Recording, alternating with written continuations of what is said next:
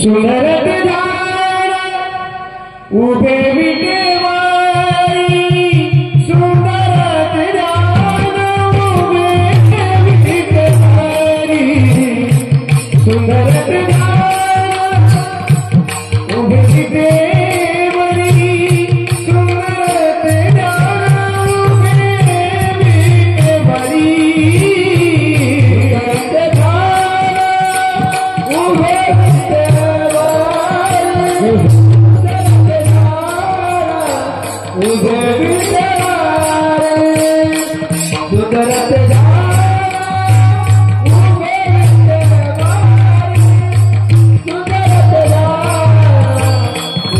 विटेवारी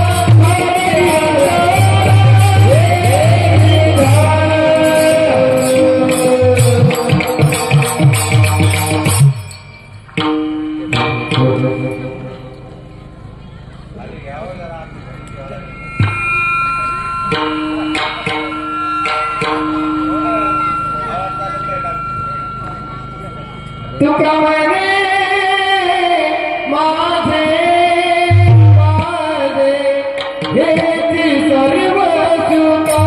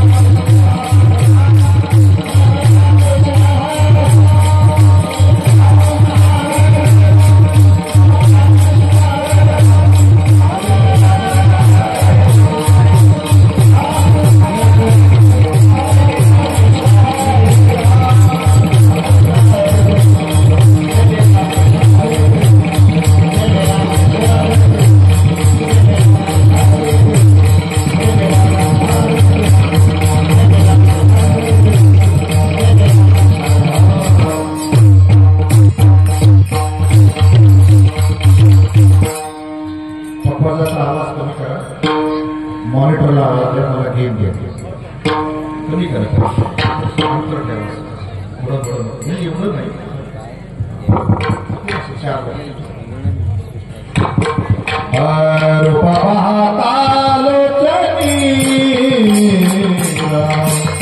रूप पाहता लोचनी रूप पाहता लोचनी रूप पाहता लोचनी रूप पाहता लोचनी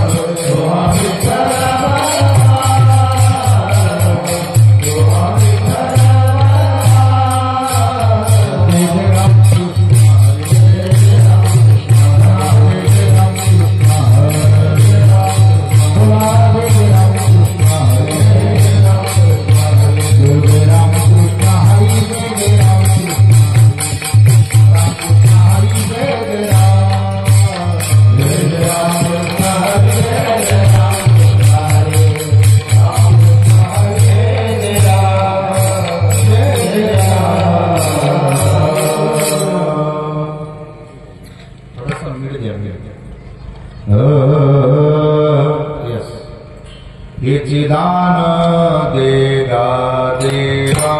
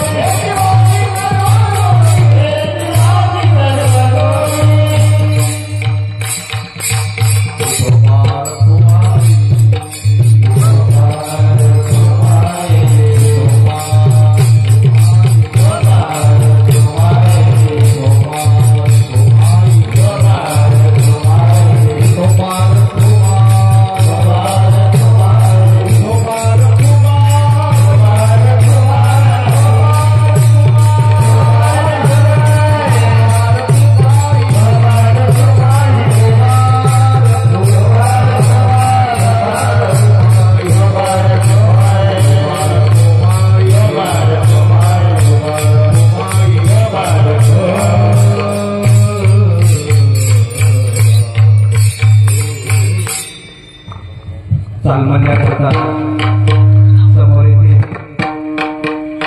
त्र्यंबक माऊली भटुमरा हरिभक्त त्र्यंबक माऊली भटुमरा आणि हरिभक्त परायण पांडुरंग महाराज पांडुरंग Oh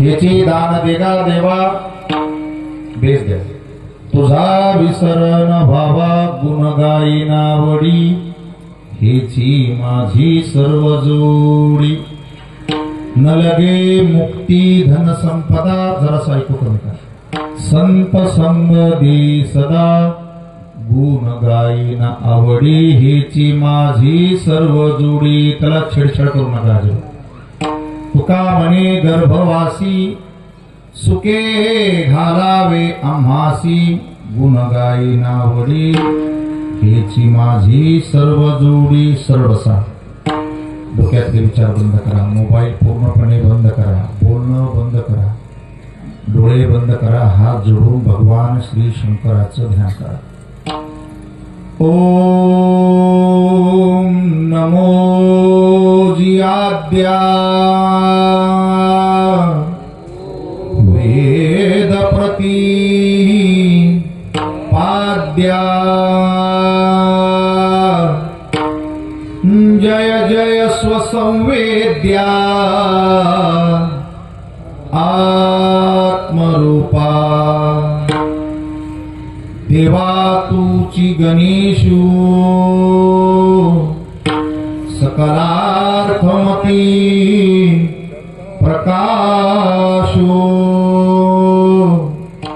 मणि निवृत्ती दासू अवधारी जोजी गुरुर ब्रह्मा गुरुर विष्णू गुरुरदेव महेश्वरः गुरु साक्षात् परब्रह्म तस्मै श्री गुरवे नमः. द्यौ शान्तिः अंतरिक्ष शान्तिः पृथ्वी शान्तिः आप शान्तिः अग्नि शान्तिः वायु शान्तिः ब्रह्म शान्तिः कर्म शान्तिः ग्राम देवता शान्तिः कुलदेवता शान्तिः जन शान्तिः मन शान्तिः शान्तिरेव शान्ति सामा शान्तिरेधि.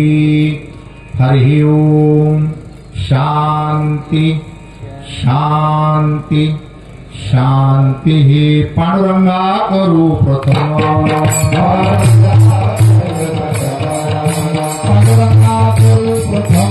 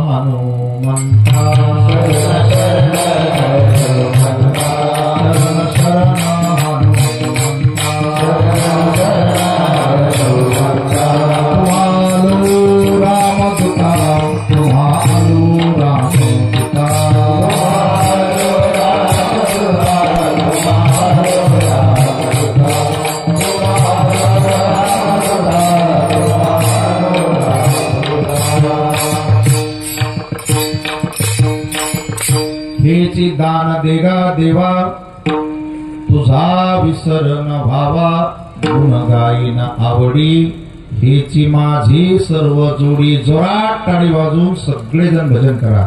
विठ्ठल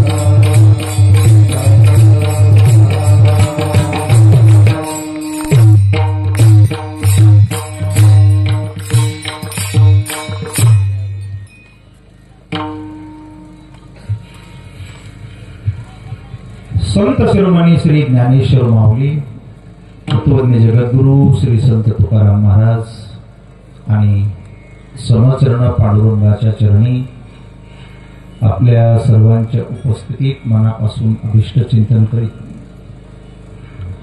माळगड या देवस्थानाची आणि या परिसरातील पंचक्रोशीची गोंडेगावची आराध्य उपासना देवता श्रीराम भक्त हनुमानजी, अन्य देवी देवता आणि कुलदेवता भगवान श्री महादेवांना जोरात टाळी वाजवून कोटी कोटी किंवा आहे.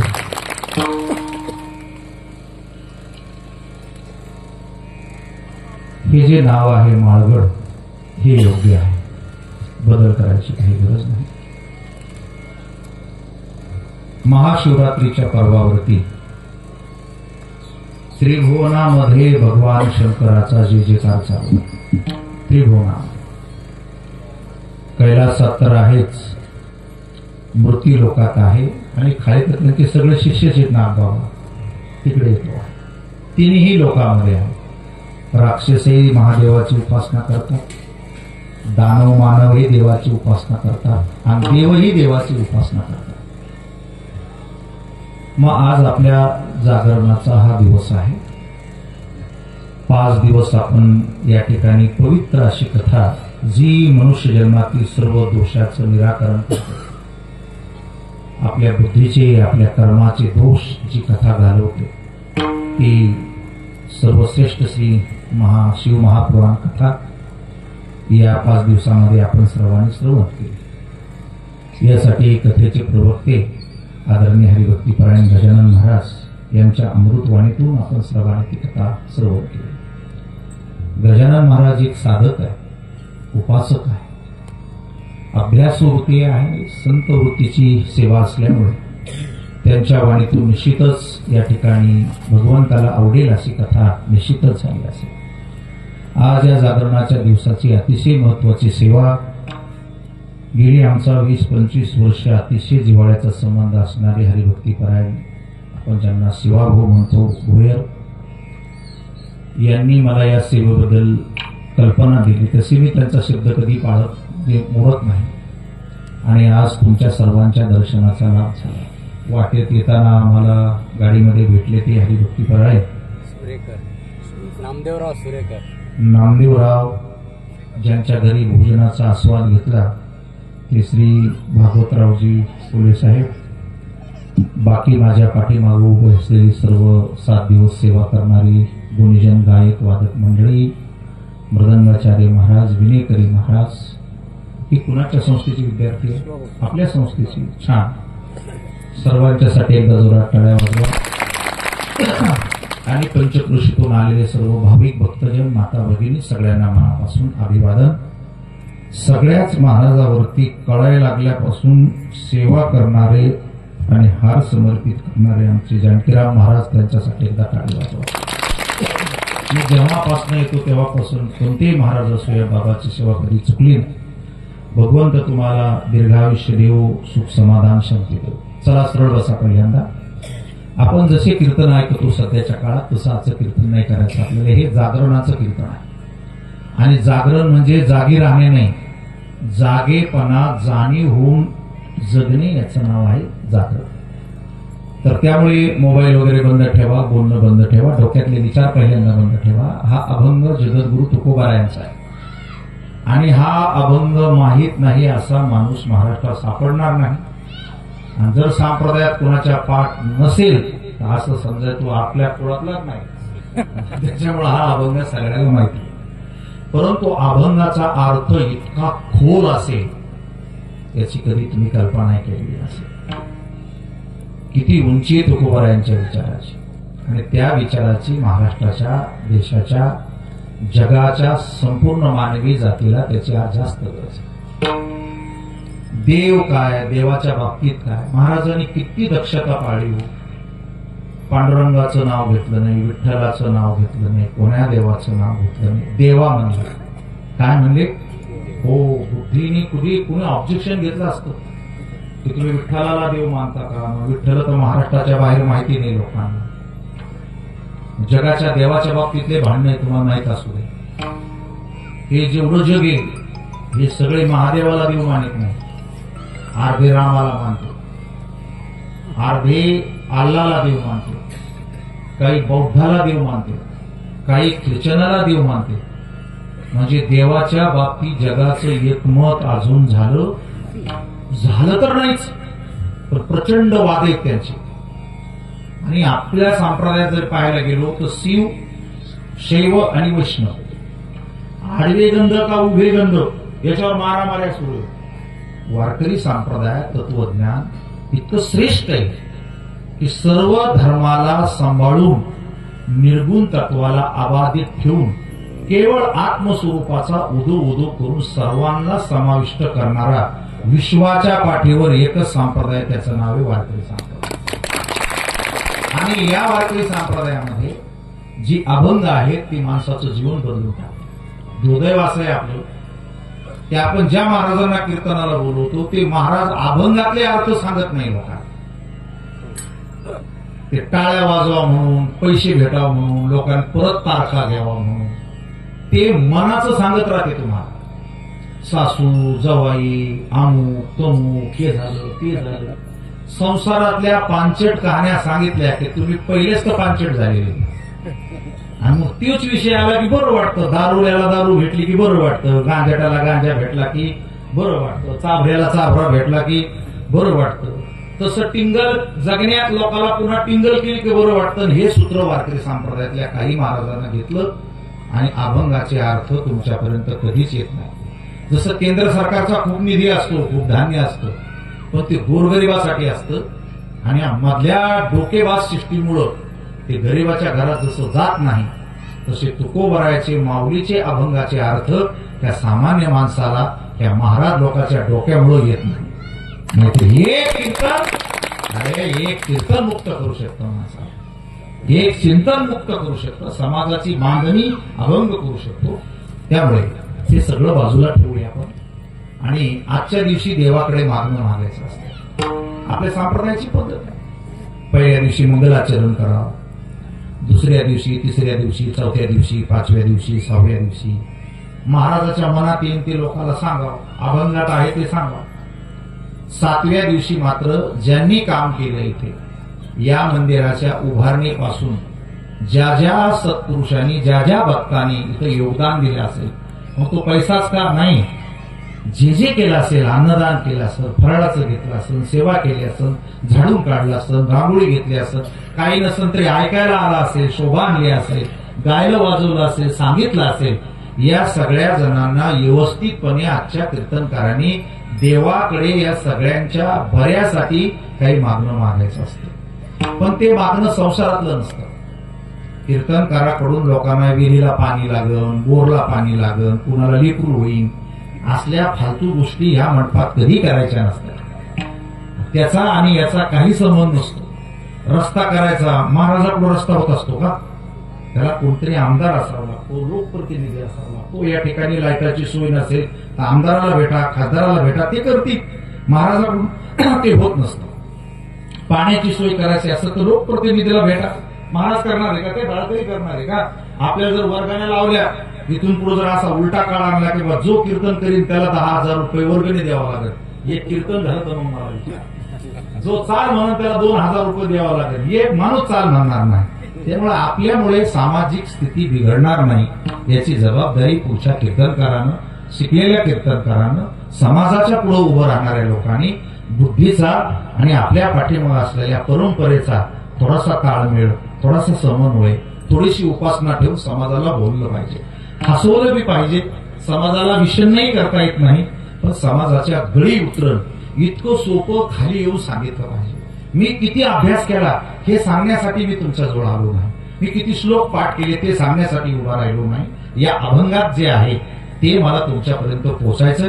त्यासाठी पुन्हा एकदा अलर्ट, सावधान, तुम्ही शांत आणि सरळ बसा. त्याचं कारण असं आहे की तुमचे जेवण व्यवस्थित झालेले, स्वयंपाक चांगला होता, मंडप छान आहे, गार वारा येतो, गाणारे वाजवणारे चांगले, निद्रा देवी प्रसन्न होण्याची दाट शक्यता आहे. म्हणून कीर्तन 7 ते 9 ठेवायचे आणि 9 नंतर जेवण ठेवायचे, तेव्हा सगळे जण येतील.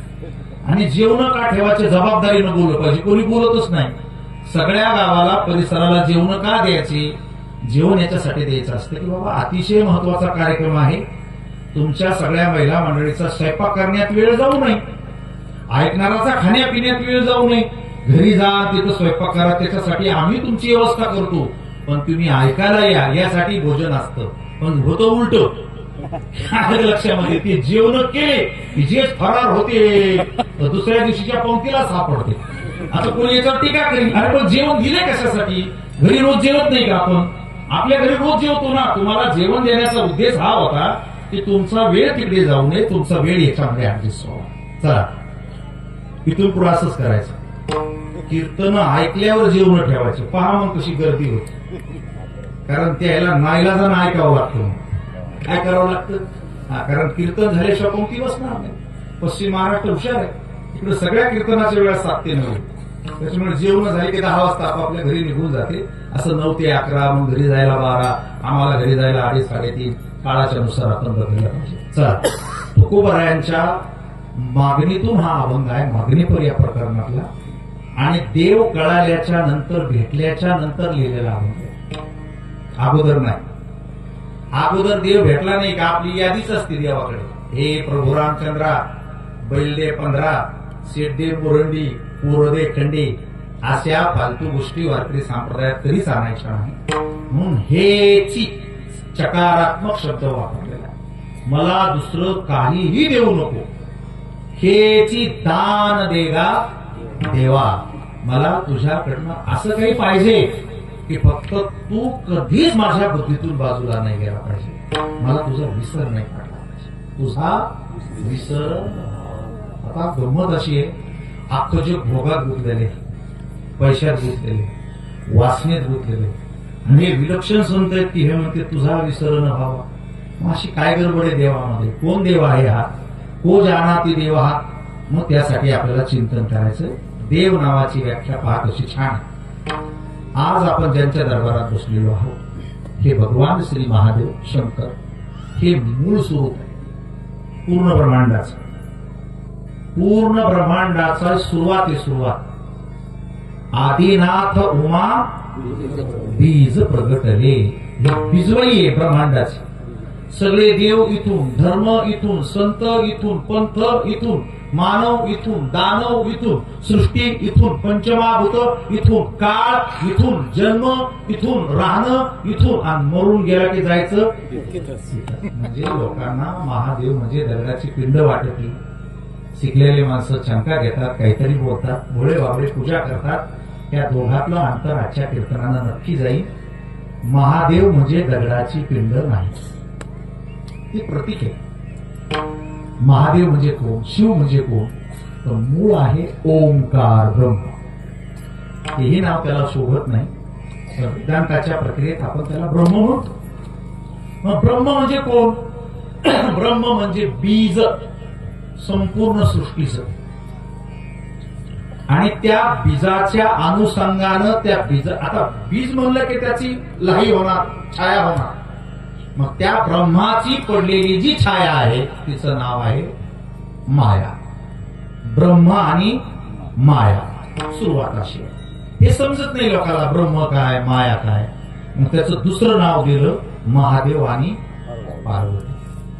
प्राकृत भाषेत त्याला असं म्हणतात विश्वर आणि देवी. म्हणजे आपल्याला समजत नाही मग मूळ काय आहे ते. मग आपण काय म्हणायचं? महादेव आणि दुसरी पार्वती. मग जेवढे जेवढे ईश्वर झाले ते देव. मग राम महादेवच, पार्वती सीता म्हणजे पार्वती. आता पुन्हा एकदा वापस या म्हणजे तुमच्या डोक्यातला भ्रम जाईल. महादेव म्हणजे दगडाची पिंड नाही, महादेव म्हणजे माझ्या आत्म्याचं स्वरूप, माझं स्वरूप, ब्रह्मांडाचं स्वरूप. आणि मला शेवटी जिथं जायचंय ते माझं अंतिम ठिकाण शिव. मला तिथे जायचंय. तुम्हाला पटो अथवा न पटो, समजो न समजो, मेल्यावर लोक म्हणतात ते काल 4 वाजता शिव झाले. काय झाले? शिव झाले. मग शिव म्हणजे कोण? शिव म्हणजे दगडाची पिंड नाही. चला आता आपण दर्शनाला गेलो. कशी दिसते ती पिंड? अशी गोल दिसते अशी. ती आहे माया. आणि ज्यामध्ये जे लिंग आहे ती आहे ब्रह्मशक्ती. म्हणजे त्या दोघाच हे दुसरं रूप आहे, तिसरं इतकं काही नाही. फक्त कळलं की मजा येतो मला. चला, शिव हा शब्द कसा तयार झाला, शिव का म्हणायचा, काय भवानी शंकरो वंदे श्रद्धा विश्वास रूपिनो. विश्वास आणि श्रद्धा हे दोन त्याची नाव आहे. ते कळण्यासाठी आपण जराशी जाऊया. शिव म्हणजे काय, हे गाव आहे गोंडेगाव आणि याच्या शेजारी कोणतं गाव आहे, आसोला. मला सांगा आता खरं बोला, जगात जमीन कोण्या गावाची असते का, नसते. जमीन जमिनीचीच असते. खरं सत्य हे ज्ञान आहे. तिला हे माहित बी नाही वाशिम कुठे येईन, हिंगोली कुठे येईन, याचे किती प्लॉट येईन, त्याच्या नावावर किती येईन, स्क्वेअर फूट किती, ते तुमचेच कार्यक्रम आहेत सगळे. तिला काही घेणं देणं नाही त्याच्यावर, ती अखंड आहे. पण तुम्ही आसोल्याच्या लोकांनी आणि गुंडेगावच्या लोकांनी नेहमी नेहमी एकमेकाच्या वावरात जाऊ नये, भांडणं करू नये, मारामाऱ्या करू नये, कुलं होऊ नये म्हणून पहिल्या काळामध्ये दोन्ही तहसीलदारांनी आणि दोन्ही गावाच्या लोकांनी लोकांना सक्त वॉर्निंग दिली होती की आता आम्ही रेषा मारतो इथं. बरोबर गोंडे गावाच्या आणि आसोल्याच्या मध्यभागी कोतवाल होते तेव्हा त्या सांगितलं फिरा असे गोल. मग त्याने अशी बरोबर तिकडं अर्ध सोडलं, इकडं अर्ध सोडलं आणि मधात अशी रेष मारली आणि तहसीलदारांनी सांगितलं की गोंडेगावच्या लोकांनी इकडं पाय टाकायचं नाही, आसोल्याच्या लोकांना सांगितलं तुम्ही इकडं पाय टाकायचं नाही. मला सांगा त्याला काय म्हणते, यस. म्हणजे जिथं जोडल्या जातं त्याचं नाव आहे शिव. जाऊ द्या, तुमच्या जीव आहे की नाही, आहे की नाही जीव, का तो बी नाही, तुमच्या जीव आहे या शरीरात आहे, तो आलेला आहे आणि 100% एक दिवस जाणारच आहे. मग आता हा जो तुमचा जीव आहे हा तुम्ही लय जणांना लावून पाहिला आतापर्यंत, समजत नसल्यामुळे लावा. कशामुळे लावा, हो माणसाला समाधान नसलं की ते दुसऱ्यावर खर्च करत असतो. बरं वाटलं नाही की प्यायचं, बरं वाटलं नाही की पाजायचं, बरं वाटलं नाही की खर्च करायचे. आता हे जो जीव आहे तुमच्यावाला, या जीवानं आतापर्यंत काय काय कला केल्या बाबा. जेव्हा कळत नाही तेव्हापासून शरीराला जीव लावला. कुठं जीव लावला, हो माणसाला जीव लावते. केस बिस भांग कंगवा शर्ट बेल्ट बिट बूट बीट आणि राहिलं नाही पाहिजे, ऍटिक राहिलं पाहिजे माणसानं. मग त्याला करमत नाही एकट्याला म्हणून त्याच्या पुढे पहिल्यांदा करमायला कोण देते, माय. कोण असते त्याला, माय. माय म्हणजेच माया. तुम्हाला पुन्हा एकदा सांगतो, ब्रह्म माया, विश्वर देवी.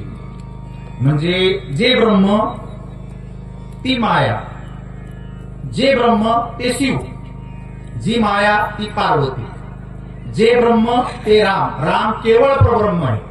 राम कृष्ण नामे दोन्ही साजिरी. आणि सीता कोण, मग विसरले का, सीता कोण, पार्वतीच ना. म्हणायचं फक्त सीता आहे कोण, पार्वती. याच्यात काही बदल आहे का आता, नाही. मग तुम्हाला हे समजायचं नाही. मग विठ्ठल म्हणजे महादेव, म्हणजे विठ्ठलाच्या डोक्यावर परब्रह्मलिंगम भजे. म्हणजे विठ्ठल म्हणजे कोण, महादेव. आणि मग रुक्मिणी कोण, पार्वती. आताशी जरासं लिंक लागला. आता हेही समजत नसून तुम्हाला, बरेच लोक येत नाही कीर्तनाला, तर आपला बाप म्हणजे महादेव. आपला बाप म्हणजे कसं काय, जसं महादेवामुळे सगळं झालेलं आहे तसं तुमचं आता जे दिसतं ते कोणामुळे झालेलं आहे. बेट्या पैसे आता आहे तुझ्याजवळ, अक्कल आता आहे, शहाणपणा आता आहे. पप्पा नसते तर तुमचा कार्यक्रम डब्यात गेला असता, कुठे गेला असता. मग ते महादेव ब्रह्मांडाचा भावी असेल मालक, आणि तुमच्या सृष्टीचा मालक कोण आहे, तुमचं जे नेटवर्क आहे भागवतराव, त्याचं मालक कोण आहे, बाप. आणि मग माय कोण आहे, आणि मग हे समजून घ्या ना, तुम्हाला तुमचा बाप महादेव आहे आणि माय पार्वती आहे इतकं जर समजलं तर सगळे पैसे वसूल झाले सत्य. महादेव वेगळा दिसतो, माय वेगळी दिसते, याच्यात बरेच जण बापाला बोलत नसतील. त्याला कसा महादेव पावणार आहे, महादेव म्हणजेच बाप आहे. महादेव कोण आहे, बाप आहे. ज्याला बाप नाही समजलं तर महादेव कसा समजन. तो मराठी भाषेतला शब्द आहे, त्याला म्हणलेला आहे महादेव. महा म्हणजे मोठा, मा म्हणजे मा, जुनी भाषा आहे ती. कोणता देव आहे तो, महादेव. आणि पुन्हा कोणाचा आहे, माझा देव. म्हणजे तुमचा बाप कोण आहे आता, मग तुमचा बाप महादेव आहे असं तुम्हाला आतापर्यंत वाटलं का, वाटलं का खरं सांगा, कबूल करा, मग तुम्हाला हा महादेव कधीच भेटणार नाही. कारण तो वेगळा नाही, तो काय नाही, हो त्याच्या रूपात फरक पडलाय, फक्त ट्रान्सफर झाले, बदल झाला. डीपीवर 1000 व्होल्टेज असते, साध्याचं 340 असते, आपल्या याच्यामध्ये आले 100-150 असते, ते मोबाईल मध्ये टाकलं की 1.0 होऊन जाते. असं बारीक आलं. पण मग करंट कोणाचं, करंट कोणाचंच नसतं. करंट डीपीचं नसतं, कोण्या गावाचं नसतं, इंजिनियरचं नसतं, लाईनमनचं नसतं, मीटरवाल्याचं नसतं, आकड्यावाल्याचं नसतं, लाईनीचीच असती. तशी सत्ता आणि सत्य फक्त ईश्वराचं स्वरूप असतं. तुमचं माझं कोणाचं नसतं. म्हणजे आपला बाप कोण आता मग महादेव. पण महादेवाकडे येताना अगोदर आपल्या बापाच्या पाय पडाव, मग हे महादेव पावणार. माय कोणी पार्वती. मग पार्वतीला त्रास देणारे किती जण असतील. पार्वती जर नाराज असेल तर तुम्हाला पैसे कसे भेटणार, देवी कशी भेटणार, हे तुम्हाला समजत नसन तर मग नवरा म्हणजे महादेव आणि बायको म्हणजे पार्वती. आपली बायको पार्वती आहे हे जर आजच्या समाजाला कळालं तर एकही बलात्कार होणार नाही. त्याला असं सांगा, असं उलट सांगत जाऊ नका. बायको कोणी आपली पार्वती, तिच्यात लय ताकद आहे. जसं ओ म्हणतो योगी काय म्हणतो ओ, आणि पार्वती नुसतं ओ म्हणू द्या, मग लांबच राहू द्या. कोणाच्या बायकून आता नुसतं उठा, नुसतं म्हणा ओ. जर ये नाणे टेकला माणसांचं तुम्हाला बायको नसतं काही. ओची ताकद कळाली का आज तुम्हाला, मग लांब राहू द्या. नुसती पार्वती उठूया तुमची आणि नुसतं ती म्हणा ओ घाली लोटांगण बंदी. कोणाची ताकद ही ओची ताकद आहे. बऱ्याच जणी बरेच महादेवाचे येडे झालेले येते भिलनी पाहिजे. गेलं बायको सोडली, माय सोडली, बाप सोडा, बहीण सोडली. नुसतं ओ म्हणलं की माणसं बहिणीला बोलत नाही, ओ भावाला बोलत नाही, ओ माईला बोलू देत नाही. इतका ओ खरा. आता ही समजत नसून तुम्हाला उजवा अंग आहे महादेव आणि डावा अंग आहे पार्वती. ही उजवा नागपुरीचा स्वर आहे महादेव आणि डावी नागपुरी आहे पार्वती. ही पार्वती म्हणून ही सकाळी एकदा दोन भांडे केले की दिवसभर बसून राहती, सगळं यालाच करावं लागतं. पण हे कोणी महादेव आहे, माणूस आहे. माझा तुम्हाला जर अनुभव घ्यायचा असला तर तुम्ही यानं गालात मारून पहा, कमी लागत, कारण मी बाईचा हात आहे. आणि यानं मारून पहा, मग समजून की महादेव कोणी. आणि जास्त साक्षात्कार करून घ्यायचा तर दुसऱ्याच्या तोंडात मारा, मग पहा कसा पंगाने होतो. हेच लोकांना समजत नव्हतं. म्हणून शिकलेले लोक एका ठिकाणी बसले आणि ते देवाबद्दल तिरस्कार करायला लागले. मग शास्त्रज्ञांनी काय सांगितलं, पावर. शास्त्रज्ञ काय म्हणले याला, पावर करंट. आंदोलन करंट मंडपामध्ये पण आर्थिक शिवाय वाईट लागत नाही. काय लागते त्याला, मग कोण मोठा आणि उजळ कोणाचा, मग पावरचा बी नाही आणि आर्थिकचा बी नाही. दोघं एका ठिकाणी आले की प्रकाश पडतो. तसे दोन नवरा बायको एक झाले की संसार सुखाचा होतो. दोन गुरु शिष्य एक झाले परमार्थ सुखाचा होतो. आणि देवभक्त एक झाले की जीवन कृतार्थ होतं. हे वेगळं नाही, काय नाहीये. हे ऐसा नटनाट्य खेळ स्थिर नाही. हे दोघं जण तेच येते, फक्त तुम्हाला समजत नाही. तर तुम्हाला का समजत नाही ते मी सांगतो. चला मग आता तुम्हाला शिवाचा परिचय करून देतो. दोन्ही गावाला जोडणे याचं नाव काय आहे, शिव. तसं जीव असो आणि देव असो, या दोघाला ज्या तत्वज्ञानाने जोडल्या जातं त्याचं नाव काय आहे, शिव. नाही कळणार तर पुढचा ऐका. स्पर्धा असतात खेळामध्ये, शेवटचा डाव असतो, 4-5 हजार बक्षीस असते. थोडासा बेस द्या. आणि एक जण पुढे पडतो, एक जण मागे राहतो. जो पुढे पळणार आहे त्याचे मित्र म्हणतात पळ, पण जो मागे पडलेला आहे त्याचे बी मित्र काय म्हणतात, अरे कसंही कर पळ, पण त्याला जाऊ शिव. आणि मंदिरातला कोण, म्हणजे तुम्ही जन्माला आले, माणसं झाले, मरणारी 100%. काय करायचं ते करा, पण त्याला जाऊन त्याच्याशिवाय तुम्ही विजयी होणार नाही. तुमचा जन्म वाया जाईल. कारण तुम्ही मूळ स्वरूपात कुठे जा, जिथून आहे तिथपर्यंत. त्याचं नाव काय आहे? शिव. नाही समजणार त्याला दोष असते आपले घरचे. हे महिला मंडळ 4 दिवस बाजूला बसत असतं. छोट्या छोट्या लेकराला कळत नाही. मग ते पळत जातं, तिच्या अंगाला हात लावतं. ती काय म्हणते, हा मला शिवला. म्हणजे काय?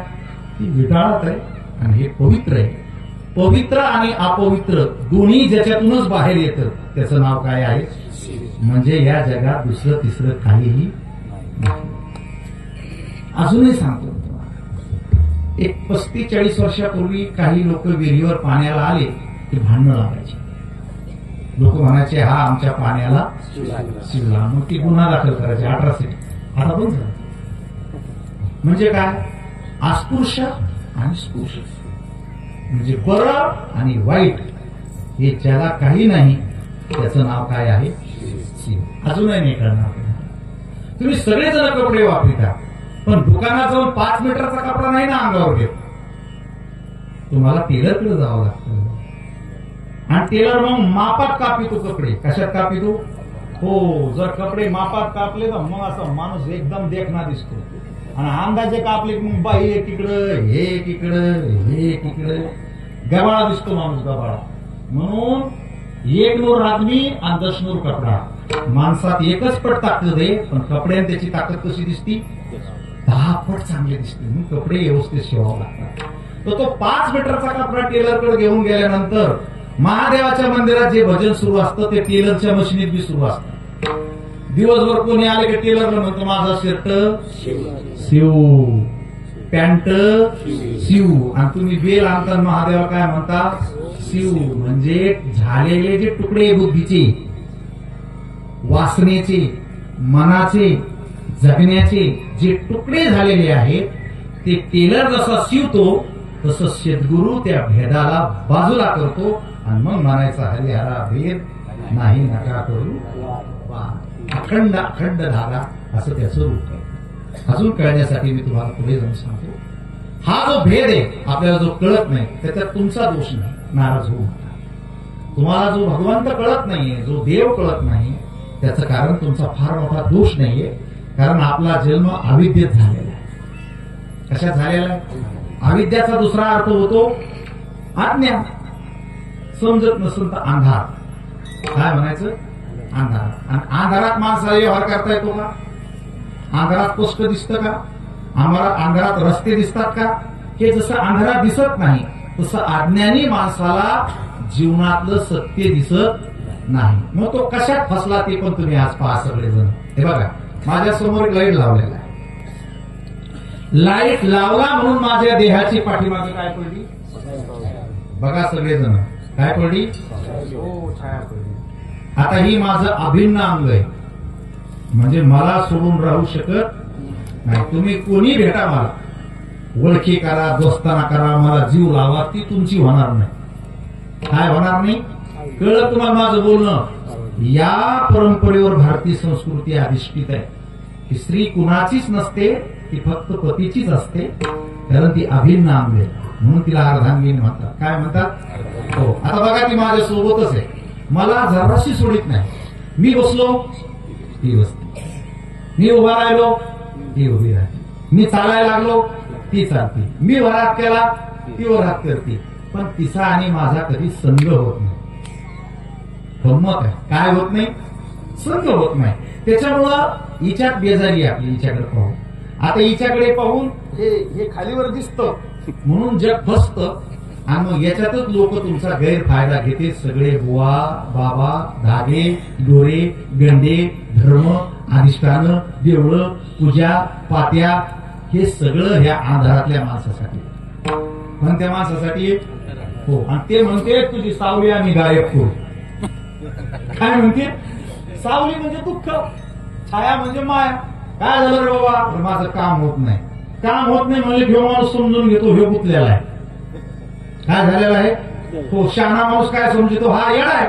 येडा आहे म्हणल्यावर तो त्याच्यावर लगेच हात मारतो की तुला पूजा करावं लागते नाशिकला. त्याला खर्च येतो 10,000. काय येतो? वेटर घाबरतो. मग माझं काम चांगलं होईल का? होईल म्हणतो. मग आजपासून ध्यान देऊ नका मी तुमच्याकडे काय बोलायला लागलो. माझं कीर्तन ऐकताय तुम्ही. मला जगाभर बोलायची सवय लागलेली. विश्वशांती केंद्र कोण्या जातीला नाही, कोण्या देशाला नाही, कोण्या समाजाला नाही, तर मानवाला बोलायची सवय लागलेली आहे.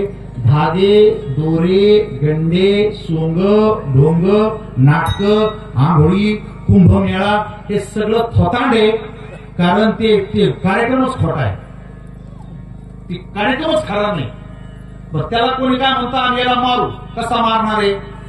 या सावलीला नष्ट करण्यासाठी पेट्रोल टाकून मारणार आहे का सावलीला? खरं काय? मारावर तुम्ही तिच्यावर गोळ्या घालणार आहे का? तिचा खून करणार आहे का? तिला तलवारीला कापणार आहे का? तिला काय करणार आहे तुम्ही? तुम्ही तिला काही करू शकत नाही. म्हणून अशा अंधारात, अज्ञानात गुंतलेल्या, भावनिक झालेल्या लोकांना लवाड लोक लुटीत राहतात. काय करत राहतात? हो, नुसते महाराजच का? नाही, प्रत्येक ठिकाणी लुटीत असतात. जराशी अक्कल आली की तू अंधारातल्या माणसाला लुटीतो. ह्या माणसाचं जर दुखायला लागलं आणि हे जर दवाखान्यात गेले आणि खरंच जर 2 रुपयाच्या गोळीत राहत असलं तर तो त्याचे 2,000 रुपयेच काढणार. कारण ते उजाडात आहे आणि हा बिचारा अंधारात आहे. म्हणून अंधाराचा नाश करण्यासाठी संत जन्माला आलेले. इथून पुढचे कीर्तन लोकांना खड्ड्यातून बाहेर काढण्यासाठी करा. खड्ड्यात लोटायसाठी करू नका.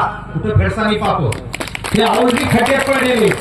त्याला समजत नाहीये काही. त्यानं हा देव मांडलाय, तो देव मांडलाय, तो देव मांडलाय, तो देव मांडलाय. 30 कोटी देव मांडले. त्याने किती मांडले?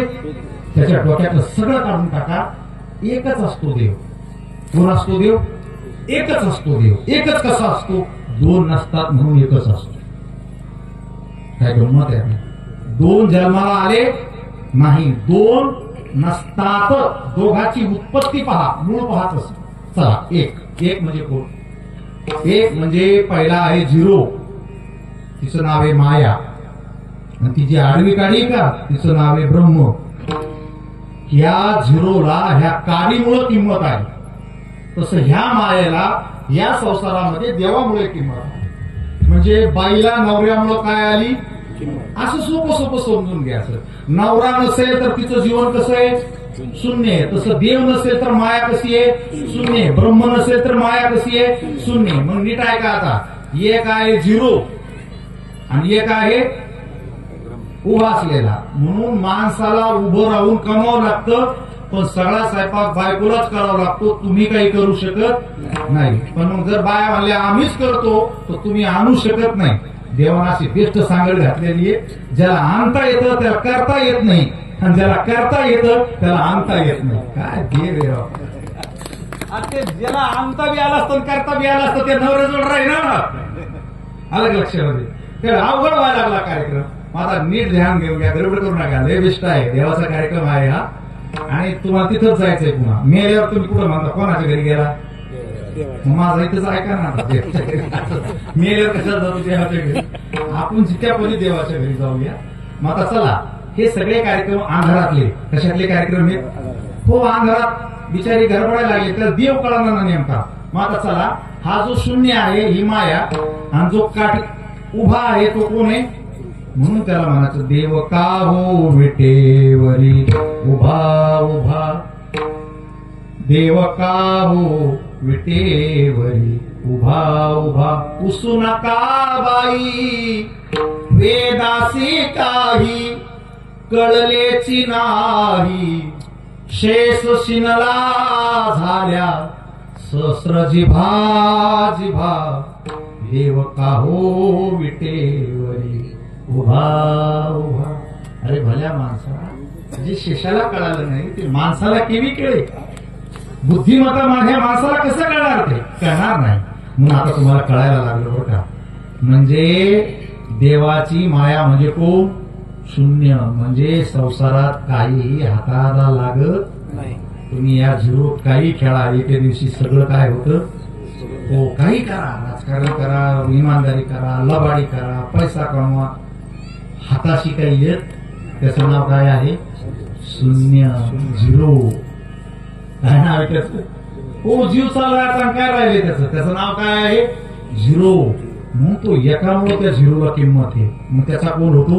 एक. ऐका ना, आता दोन जन्मालाच नाही आले म्हणून कधी द्वेष करू नका, द्वेष करू नका, मत्सर करू नका. कारण दोन नावाची सिस्टीमच नाहीये. दोन होतो कोण? अरे 1+1, 1+1. एकाला डबल 1 म्हणलं की त्याचे काय होतात? हे येड्याचा बाजार शहाण्याच माणसाला कळू जाणे. आपल्या लक्षात मोठी गँगची मेक आहे याच्यात. दोन नावाची सिस्टीमच नाही, आम्ही दोन मानितच नाही. दोनाच्या पोटात आहे कोण? दोन म्हणजे कोण? एक अधिक परत काय म्हणावं लागतो? एकच. 1+1 राईट 2.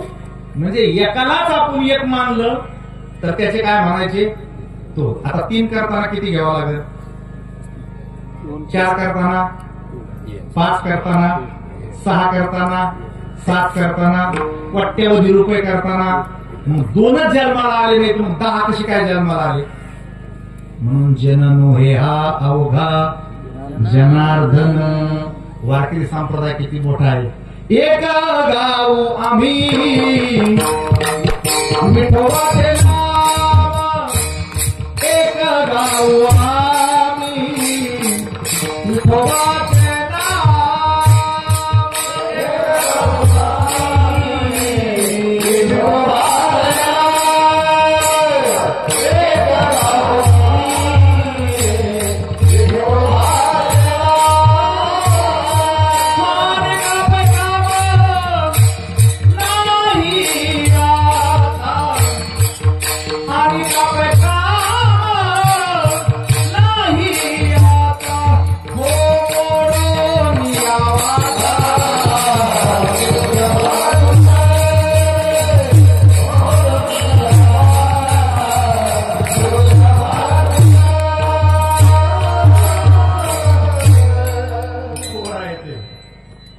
सगळं म्हणून टाकलं.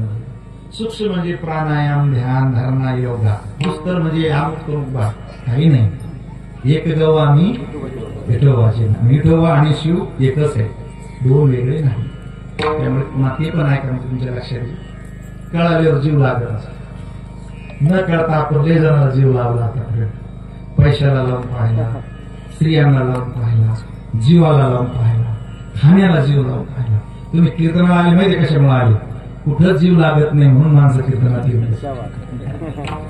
वारीला गर्दी कशामुळे होती माहितीये का? घरी कोणी ऐकत नाही, आपलं काही चालत नाही, कोणी बोलू देत नाही. असा एक्सपायर झालेला माल आमच्याकडे. आणि मग ते आम्हाला अभंग शिकवतात. माय जगन्नाथ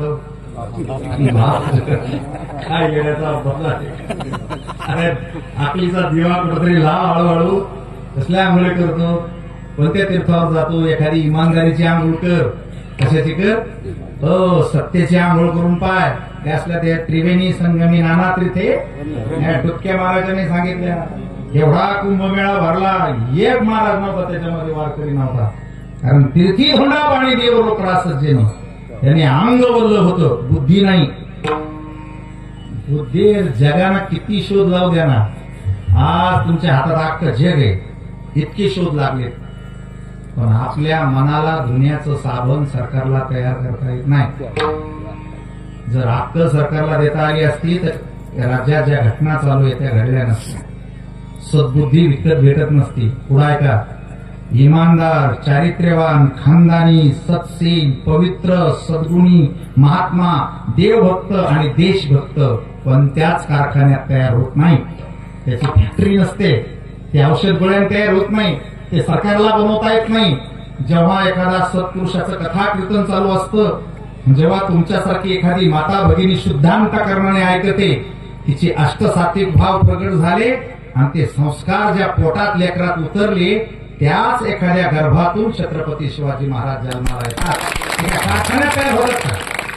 म्हणून तुम्ही सगळ्याजणी अतिशय भाग्यवान आहे की तुम्ही ऐकत असताना खूप छान ऐकलं पाहिजे की माझ्या पोटातून पुन्हा एकदा माऊली तुकोबाराय जन्माला आले पाहिजे. ते कारखान्यात तयार होत नसतात. कथा कीर्तन त्यासाठी करायचं असतं. संस्काराची आज श्वासा इतकी गरज आहे. ज्या घटना घडतायत राज्यामध्ये ते संस्कारहीन पुरुषाचे लक्षण आहे. ती माणसं नव्हे, आणि संस्कारात द्वितीयोच्यते, संस्काराने माणूस चांगला होत असतो. म्हणून त्याला वळण लावणं, त्याला संस्कार देणं, त्याला ज्ञान देणं, त्याला आम्ही एक आहोत हे शिकवणं, याची आज देशाला गरज आहे. अरे सगळं जग ताणतणावात आहे आज, कुणी सुखानं झोपू शकत नाही. याच्या पाठीमागं भीती आहे, भीतीच्या पाठीमागं काय भय, भयाच्या पाठीमागं अरे सगळं अज्ञान आहे. आणि आज ऐका माझ्याकडनं, द्वेष, मत्सर, जातीपाती, अहंकार, विकृती, वासना, अत्याचार, बलात्कार, ज्या ज्या घटना घडतायत त्या सगळ्या केवळ आणि केवळ फक्त अज्ञानामुळे घडतात. त्याच्यामुळे घडतात हो का? हे अंधारात तोंड आहे त्याचं. कुठं तोंड आहे? अंधारात तोंड आहे. आता याला मारायचं कसं? या सावलीला मारू शकत नाही आणि संसारातली माया तुम्ही नष्ट करू शकत नाही. त्याला एकच उपाय, ज्याची अंगातली आहे त्याचं भजन करणे. ज्या बंगल्यावर कुत्री आहे ना, ती कोणाचंच ऐकत नसते. कुत्री जर धावून आली तर कुत्रीचं नाव घ्यावं का मालकाचं नाव घ्यावं? काय करसा? हा शहाणे, मालकाचं नाव घेतलं म्हणजे ती कोणाचं ऐकती? हा, तुम्ही का तिचं नाव घेतलं की फोडूनच खाणार तुम्हाला. तसं संसार नावाच्या सिस्टीममध्ये जर तुम्ही संसार करीत बसले, वाजणार बोऱ्या तुमचा. तुम्ही फक्त मालकाचं नाव घ्या. हरी हरी तुम्ही म्हणा रे